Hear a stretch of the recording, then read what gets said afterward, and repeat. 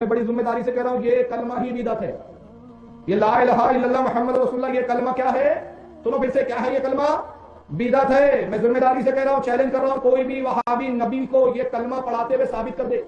یہ کلمہ نبی کے زمانے میں اس کا وجود ہی نہیں تھا. آئیے ثبوت کی بات کرتے ہیں. کیا اس زمانے میں یہ ثبوت تھا یا نہیں تھا، یہ کلمہ تھا یا نہیں تھا، اس کے اوپر آج ہم بات کریں گے. دیکھیے ہمارے پاس ایک کتاب ہے، کتاب الاسماء والصفات. یہ حدیث کی کتاب ہے، اور اس کتاب کے اندر ایک حدیث پاک وہ نقل کرتے ہیں. وہ کیا ہے حدیث پاک؟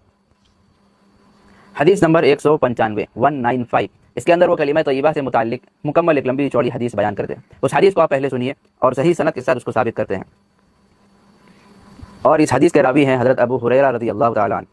یہ فرماتے ہیں کہ آپ علیہ الصلوۃ والسلام نے ارشاد فرمایا، قرآن کریم کی 2 آیت آپ نے ارشاد فرمائی.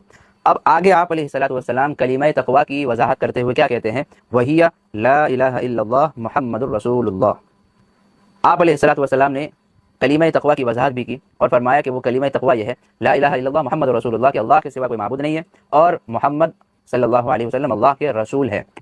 پھر آگے فرمایا استکبر عنہ المشرکون یوم الحدیبیہ، کہ مشرکین کی جماعت اس کلمہ طیبہ سے تکبر کیا کرتی تھی. تو پتہ یہ چلا کہ آپ علیہ الصلوۃ والسلام اس زمانے میں اپنے کافروں کے درمیان، مشرکوں کے درمیان یہ کلمہ طیبہ رکھتے تھے کہ بھائی تم اس کو مان لو. کون سا کلمہ؟ لا الہ الا اللہ محمد رسول اللہ، جو آج ہم پڑھتے ہیں. اور اس حدیث کو امام بیہقی نے صحیح سند کے ساتھ ثابت کیا ہے، اور اس کے حاشیے میں انہوں نے لکھا ہے کہ اس کے تمام